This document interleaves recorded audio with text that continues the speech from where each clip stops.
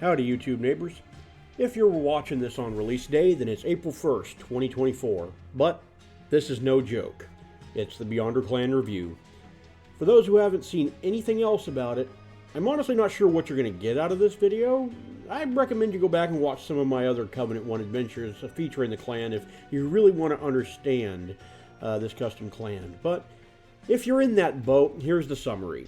Beyonder is a horror-themed clan focused around a pendulum mechanic of hysteria and anxiety.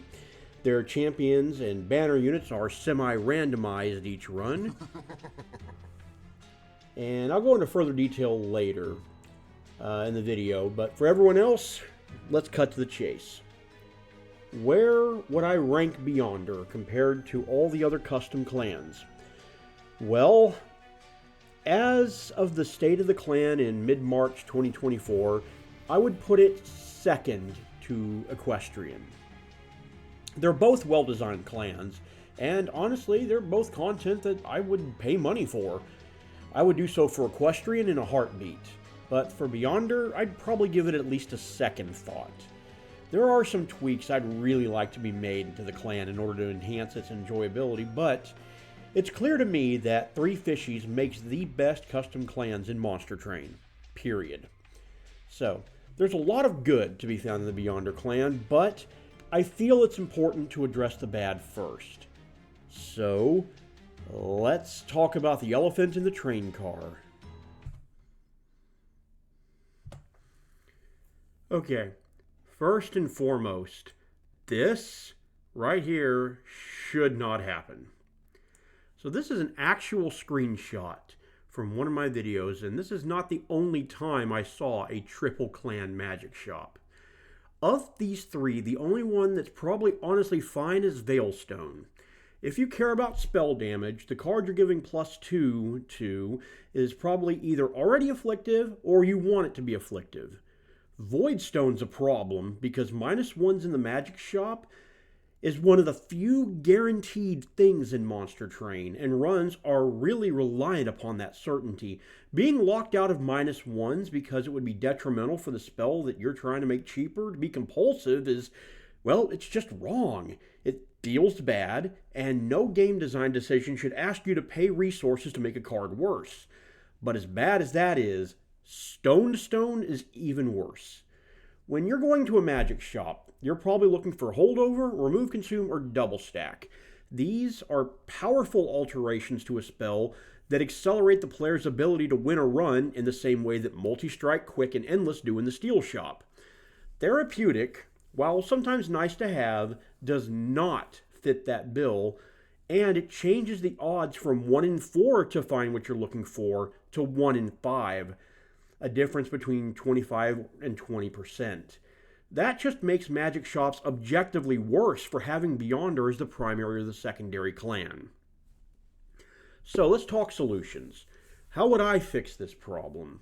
Well, once again, Veilstone is honestly probably fine, and it informs what should probably be done with Stone. I would add its functionality to Permafrost, like Veilstone did to Power Stone. Permafrost is already the weakest of the 4 right side stones, and it plays very well with Therapeutic, letting you hold it until you need it, and it's still in keeping with the obvious intent behind that name, Stone. So, Voidstone is the harder of the two to fix. -1s without drawback are crucial to Monster Train, but I wouldn't want to put it on the 20 and consume stone. So, the only thing I can really come up with here is to put it on top. You know, like the buying power mutator does that lets merchants duplicate cards. The only other thing I could think of maybe would be to just put it in the middle and make it +10 magic power as well.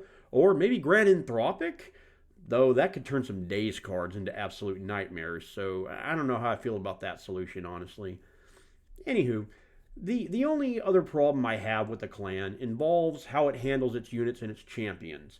To illustrate my problem, I'm going to move to a specific example. So as I said before in the intro, banner units and champions for this clan are semi-randomized, and I'm not sure how the randomization works for the champion and banner units. although each one has static aspects that never change. That much is obvious. Formless Horror is always formless. Furry Beholder always sweeps, etc., etc. Malevolence here is a unit that I have found the most all over the place in my runs, and these are 5 particular versions that I've seen in various videos. Its base ability is a Hysteria trigger dealing 10 damage to enemy units, and from here it appears that it can either it can stay base as it was in this run, or it can get an augment which will change its stats and give it more abilities. All augments appear to increase this unit's stats, but from beyond there, it's the Wild West. The one that makes the most sense is an augment that punishes anxiety, because clearly it's a Hysteria unit. It starts with a Hysteria trigger. So it makes sense that you wouldn't want to be going into anxiety too often, and as such, jacking up the attack on this ability to gain a punishment for going into anxiety seems right. It seems like good design. But then there's the one in the middle here. It makes no sense to me that a Hysteria unit would generate an augment that punishes Hysteria triggers, the very thing this unit wants to do in the first place. So left to its own devices, you basically have 12 Hysteria triggers before this thing kills itself, as it is designed. When you open up the logbook at the beginning of the run and see a unit like that, you basically understand that you're down a banner unit that run. It's not unique to Malevolence either. I've seen a Soundless Swarm with an anxiety trigger that reduces its stack, and quite a few others just like that. The one that baffles me the most, though, is number 4. I refuse to believe that a human being sat down at some point and said, you know what would be a good, fun, interesting, or even impactful augment for a banner unit? A rally trigger that reduces the health of friendly units. This, to me, just screams procedural generation. Now, I would still take this Malevolence in a run, but it's basically just a base unit Malevolence that only triggers that rally once each ring. I mean, I suppose there's some case for a chronic interaction, but if you're running chronic, then you're generating more health off reforms than that rally trigger is ever going to affect. And finally, there's the mutated one here, which is both good and bad. It means that it can't benefit from mutations, but it automatically qualifies for multi-strike from the radioactive waste artifact. But given its intended use, it's basically just a 10-6 upgrade from the base version.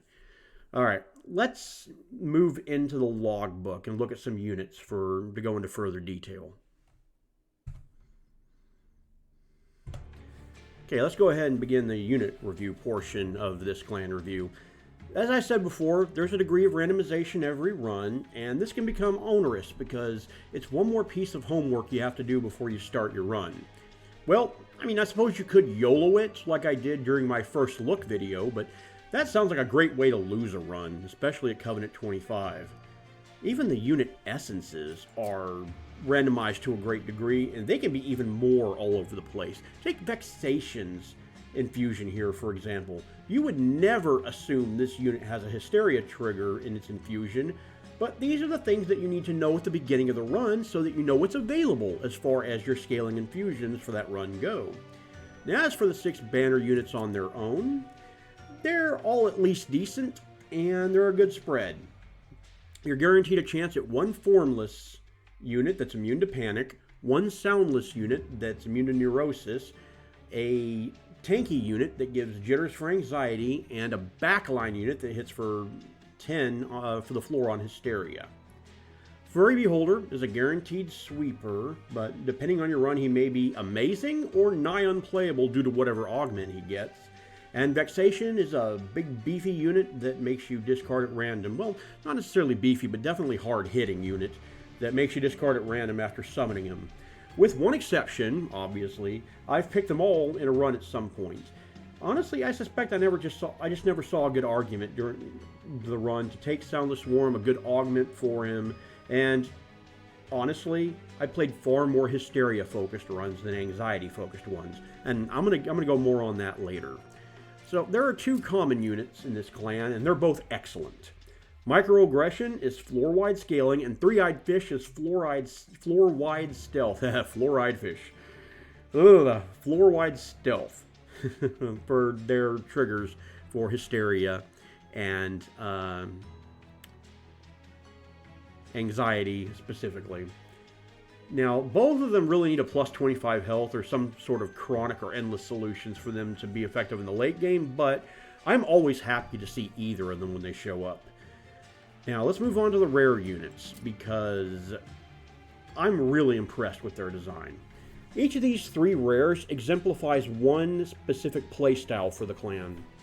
Deathwood rewards you for going hard on chronic, Apostle of the Void rewards you for balancing the pendulum of hysteria and anxiety without going into panic or neurosis, and Chutzpah here rewards you for going hard into hysteria and never touching anxiety. These are exactly what I believe rare cards should be in design. Exciting, run-defining cards that won't fit into every run, but in many cases are worth pivoting your run for. My only complaint about these rares is Deathwood's size. Yeah, I get that he's supposed to be a big scary forest, or at least a big scary tree, but mechanically that size doesn't make sense, especially when compared to the Exile Champion. And that's a perfect segue into our next segment, Champions. Let's take a look. It's in a book. So, the Champions are where I feel that the semi-random mechanic of the clan shines through best. Honestly, if they were the only part that was semi-randomized, that would cut down seriously on the front-end homework required by this clan. You could completely remove that element entirely by just looking at the champion first, though that may not be the optimal solution. That's something that Monster Train fans have argued about for some time, whether to look at the champion or the artifact first.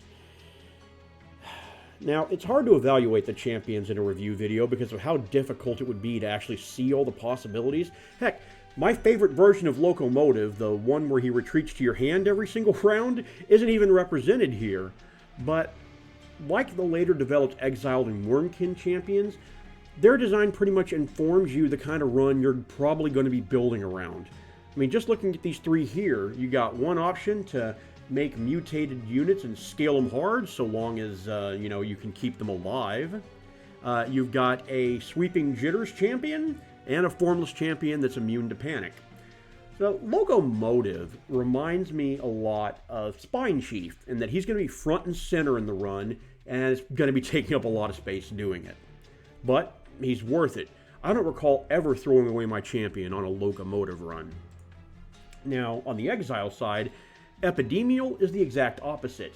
He reminds me of Tethys or Little Fade in that it takes up little space and either facilitates other aspects of gameplay just beyond being a body on the attack line, or is disposable for the benefit of your attack line. Locomotive is the de facto Hysteria champion with Hysteria starting spells, and Epidemial is, to a somewhat lesser degree, the Anxiety champion with Anxiety starting spells. Between the two, I think that Locomotive has the better starting cards, and the reason for that makes a good segue into my next issue with the clan.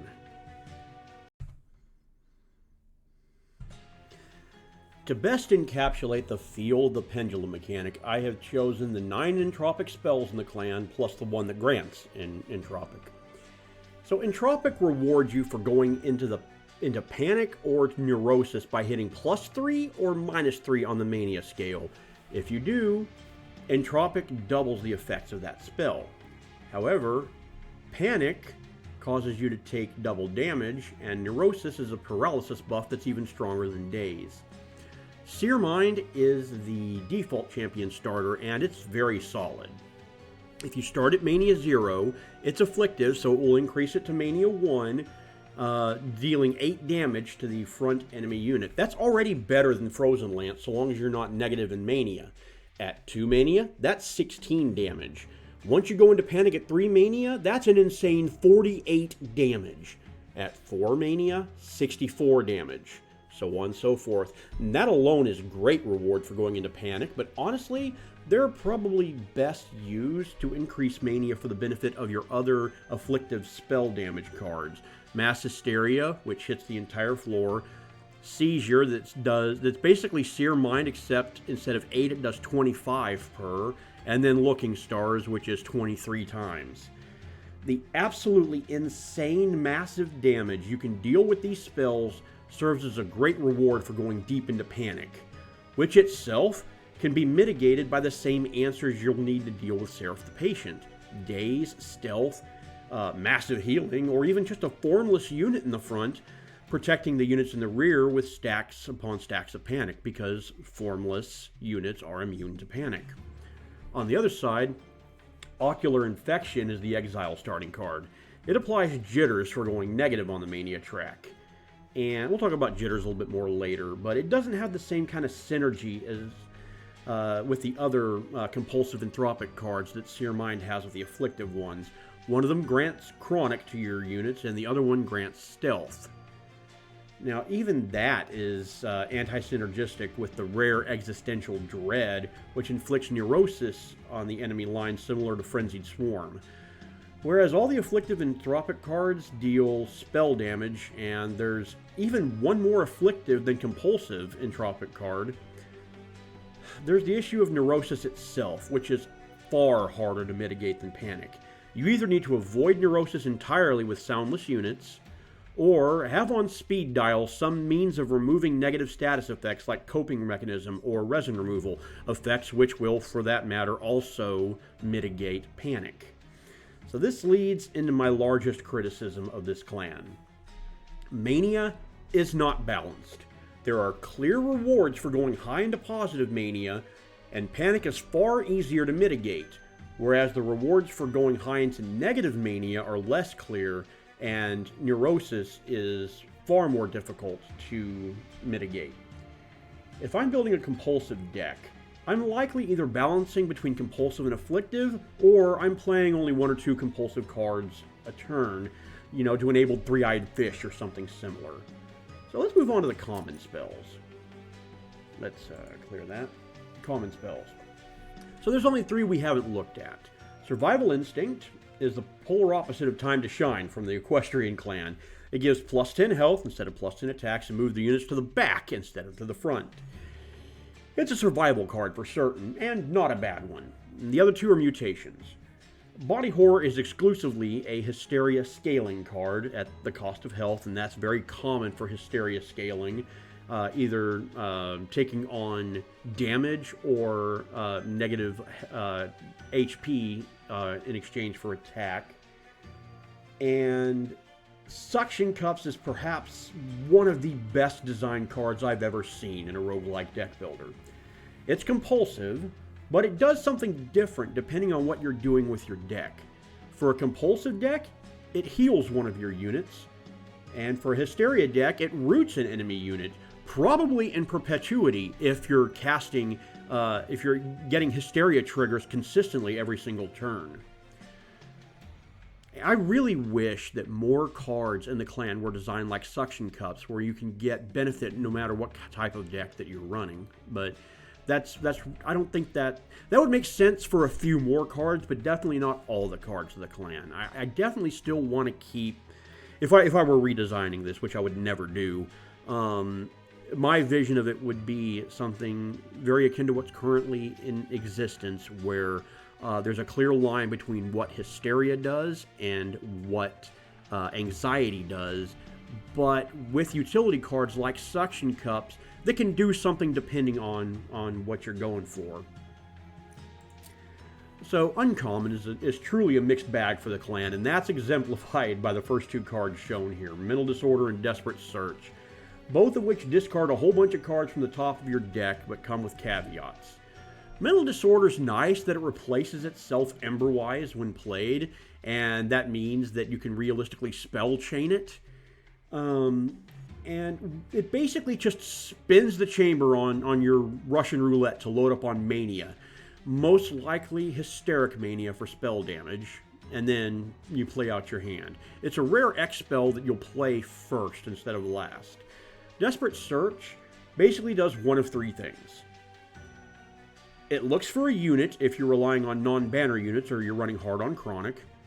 It can discard a bunch of cards, which is nice for, say, Stygian, who wants to discard a whole bunch of spell cards.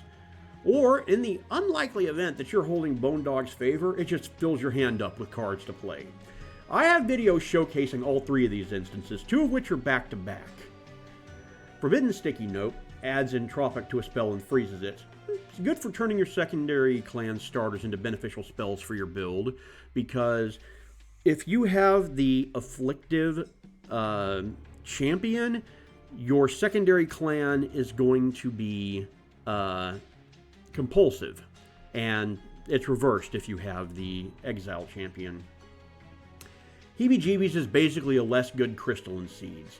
So Jitters, it functions like Frostbite in that it deals damage to enemies equal to the number of stacks, but unlike Frostbite, it goes down when they take damage, and unlike Frostbite, it doesn't deal the damage itself. It only does more damage when the unit's already taking damage. Now, Jitters is an odd duck. I found it very useful on flying bosses not named Divinity, and on rare occasion have busted a few tanks with it, but on the whole, I just find it to be a less good Frostbite. Pacing Rut adds holdover to a target spell, but it holds itself over as well, so you have to use it sparingly or you'll find your draws completely clogged. Dark Recipe is a card I think I've picked every single time I've seen it. It sacrifices a unit you don't want, or you do want to activate Chronic or Extinguish, and it gives you more cards. There's everything to like about it. Disembodied Maw, well, it exists. It's a 2-cost, 60 damage ping. There's no universe you could say that's bad.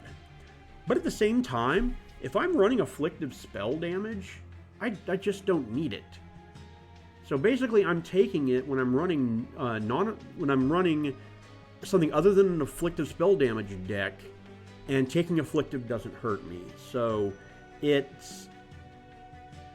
I don't want to say it's niche because it's a 60 damage piercing ping, but it's definitely not universally useful. Into the Beyond, yeets a dude back down to the bottom floor. Solid spell. Applies Jitters. Doesn't matter. It's afflictive and it drops the unit to the bottom floor. That's all you really need to know about it.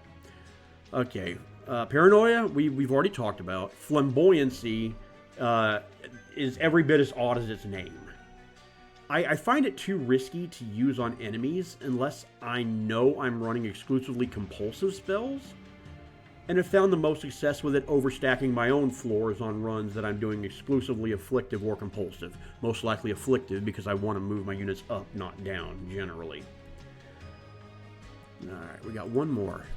We've seen Looking Stars. Supplemental Dead Brain is a very specific mutation that it'll make a unit immune to Panic and Neurosis, but that unit has to have a triggered ability you don't care about, or it has to not have a triggered ability that you care about. You know, like Furry Beholder or Vexation. And it could even silence Seraph the Patient, or similar bosses in a pinch, if need be.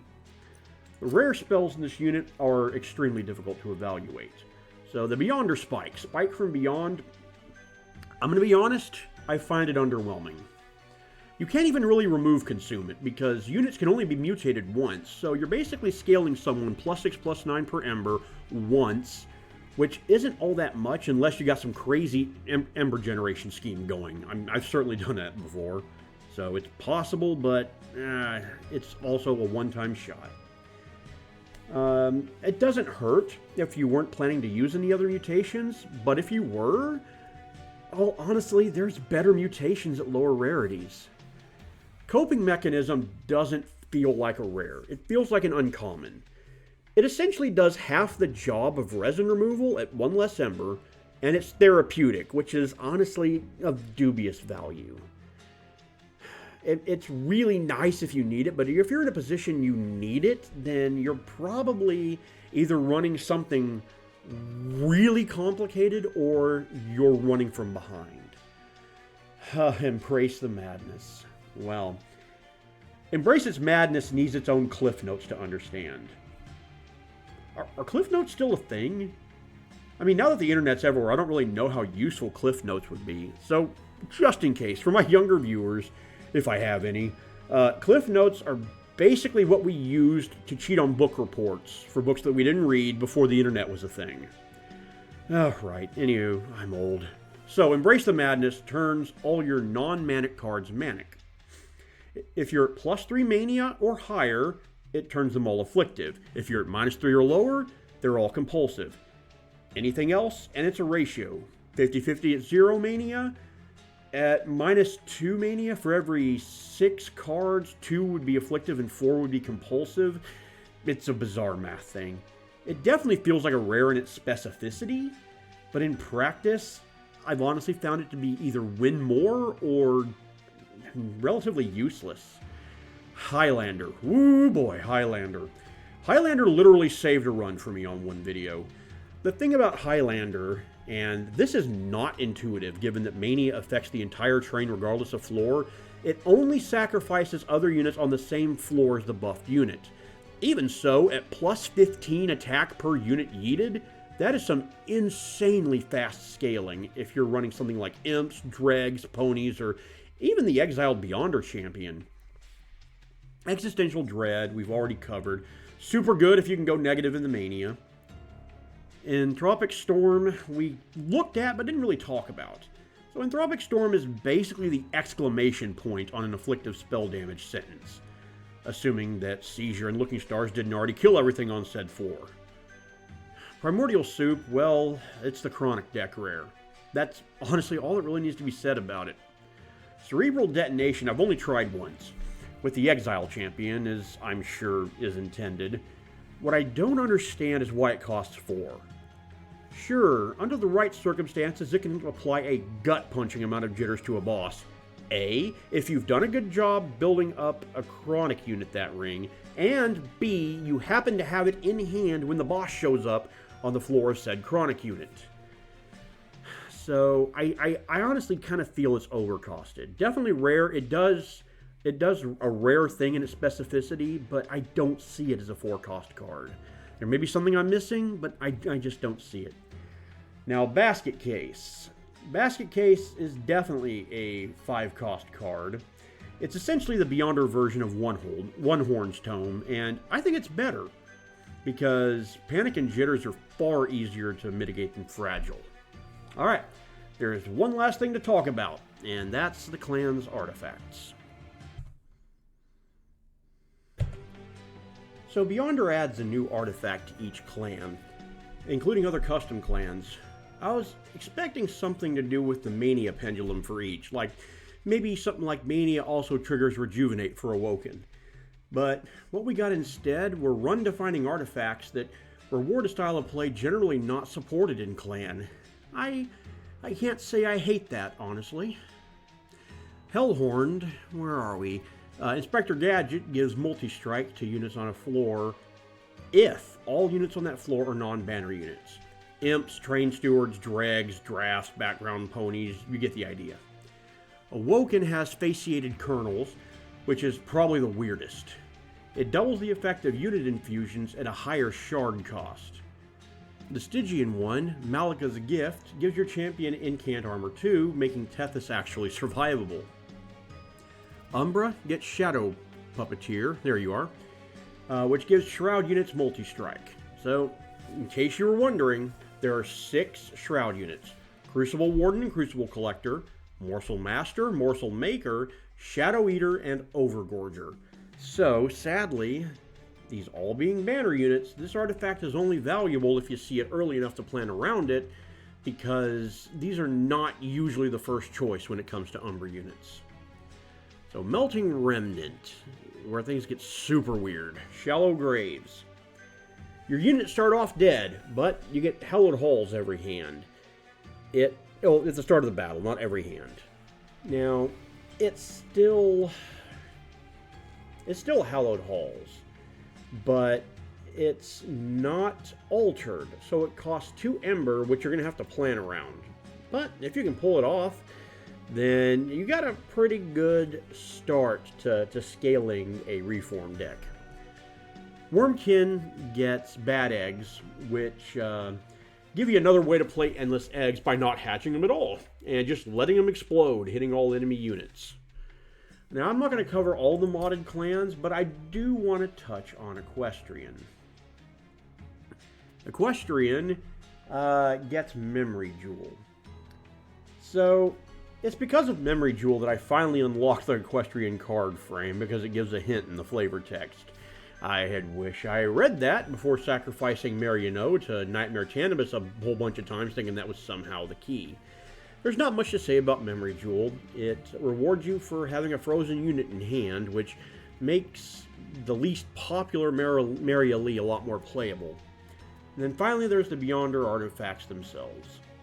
So going down the line, Bed Monster is not exceptionally good, but it can make for some interesting scaling options if you find yourself in a situation where your own units are getting stacks of jitters. It's more common than you would think. Blacklight is the kind of artifact that defines a run if you see it early, and it gets skipped if you see it late. Triggering Hysteria and Anxiety simultaneously lets you do things like use Microaggression or Three-Eyed Fish outside of their usual archetypes, even together if you happen to find them. And that solves probably the biggest problem this clan has. Its scaling and its damage effects go off Hysteria, and its survivability comes from Anxiety. If you specialize in one, you're missing out on either scaling or survivability and are going to have to rely heavily on your secondary clan to fill the gap. Blacklight, on the other hand, solves that problem. Bloody Tentacles is a must-pick for chronic builds, allowing you to simultaneously scale damage with health. Brain Bleach is probably the most underwhelming of the Beyonder artifacts. Every mutation spell costs 2, so Brain Bleach makes them free, but remember, a unit can only benefit from mutating a single time, so at best you're probably saving 2 to 4 Ember a ring, which isn't nothing, but it's certainly not run-defining. Brain Clamps, on the other hand, is run-defining. It's an auto-pick whenever you see them unless you're counting on Entropic triggers. It gives you 2 more cards to play before suffering neurosis or panic, and that is honestly huge. It means the pendulum can swing wider before crashing into the wall. Collection of Tentacles is a low-key version of Votive Key. Instead of Endless, it gives Chronic 2. Since Chronic doesn't decay, it means any unit you play dies. It goes in your discard pile with plus 6 health, assuming no other Chronic was applied. So you don't necessarily get it back immediately, like you would with Endless, but you will get it back. Ivory Idol is an Ember Relic. If you're playing both Compulsive and Afflictive, and you're smart about it, you can easily generate an additional 2+ Ember return. Great in the right deck, skippable otherwise. Living Entropy. Living Entropy is the Jitters relic. It's obviously designed after Cuddlebeard, but unlike Cuddlebeard, it does not apply extra stacks. I'm not sure why that choice was made. It's not like an extra 2 jitters per application was going to break anything. If you're hitting a lot of times for smaller amounts of damage, it can be very good and relentless, but otherwise this artifact is entirely skippable. Radioactive Waste, on the other hand, should be picked pretty much every time you see it. It basically adds and gain multi-strike 1 to all mutation cards. What I'm not sure about is whether it will grant multi-strike to units that are already mutated, because I've never tried that. Like, for example, the default, there's a mutated version of the default Beyonder Champion. The wording seems to imply it doesn't, but even if that's true, this is still worth picking up almost every time. Seed of Doubt is a better version of Light's Gift. Neurosis is stronger than Daze, and Panic ensures that enemies take double damage. Anytime you would pick Light's Gift, you'd pick Seed of Doubt. It's that simple.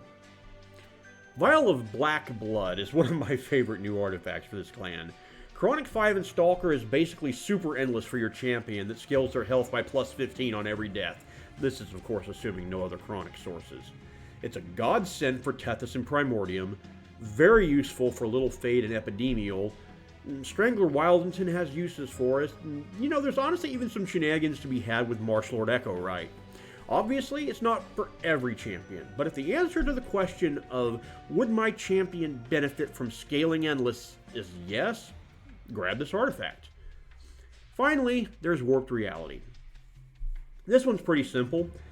Entropic multiplies by 3 instead of 2. If you're regularly going into panic for spell damage, or for Jitter's application, take it. Otherwise, you can probably skip it. So, final thoughts. As I've said before, to me, it's second to Equestrian when it comes to custom clans. There's a lot to love about it. It's mechanically complex in a satisfying way. For better or worse, randomized banner units means no two runs are ever the same, and while it doesn't add unique expert challenges like Equestrian did, it does expand the gameplay of the overall game with the new clan-specific artifacts.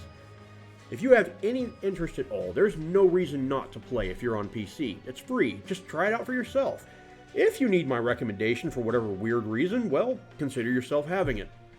The clan is certainly not without its flaws, and hopefully its state as of mid-March 2024 is not the absolute final product, but it's still content I'd pay money for were it an actual DLC, and it's one I'm adding to my Covenant 25 rotations along with Equestrian. In all, it's a good mod, it's a good clan, play it. Thanks again to ThreeFishies for this obvious labor of love. You've given the Monster Train community so much, and I truly hope we get to see more in the future. Give me a heads up, and if you ever design your own video game, I'll definitely buy and play it. For everybody else, thank you for joining me, and I will see you in the next video.